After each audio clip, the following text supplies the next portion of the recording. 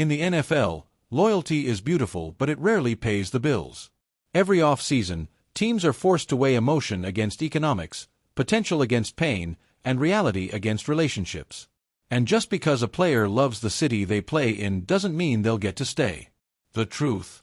Sometimes the most heartbreaking moves are the most necessary. And as the Cleveland Browns look to reshape their future under the weight of a tight salary cap, one young star may be caught in the crossfire whether he deserves it or not.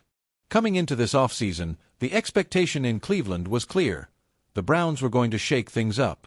Cap space was tight. Playoff dreams were distant.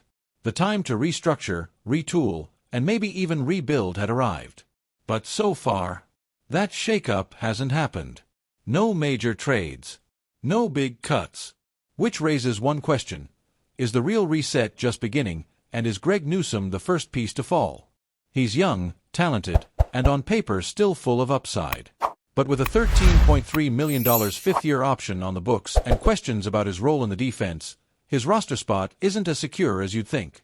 Some insiders, like Ralph Vacchiano of Fox Sports, believe the Browns might move on from the former first-rounder before the season begins.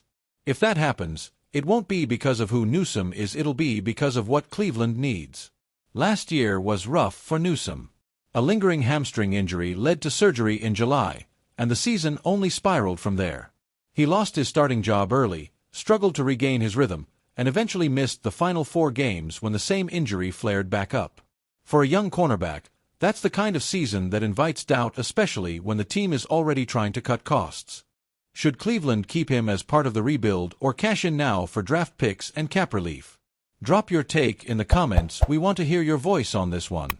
And if you're locked in on every twist of the Browns offseason, hit subscribe and turn on those notifications. Because this story is far from over and the hardest decisions are still to come.